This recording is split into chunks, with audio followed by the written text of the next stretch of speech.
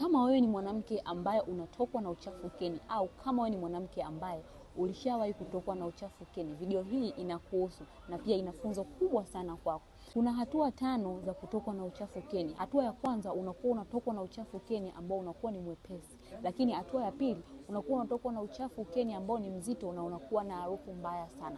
Hiyo ni hatua ya pili.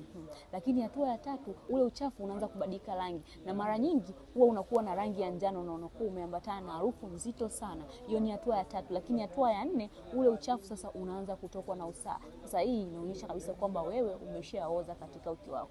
Hatua ya 5 na hatua ya mwisho, ule uchafu unaanza kutokwa na funza. Mwanamke, ogopa sana, ule uchafu unaanza kutoka na funza. Hiyo ndio hatua 5 ya kutokwa na uchafu ukeni. Sasa kama ni mwanamke ambaye unapitia changamoto hiyo, usikae tu umetulia ukategemea labda utapona kwa miujiza. Hakuna kitu kama hicho ambacho kinapona kwa miujiza. Chukua hatua leo, chukua namba yangu hapo juu, nitafute. Nitakupa mwongozo sahihi ni nini ufanye, na nina tiba asili ambayo itakufanya wewe uweze kuondokana na changamoto hiyo.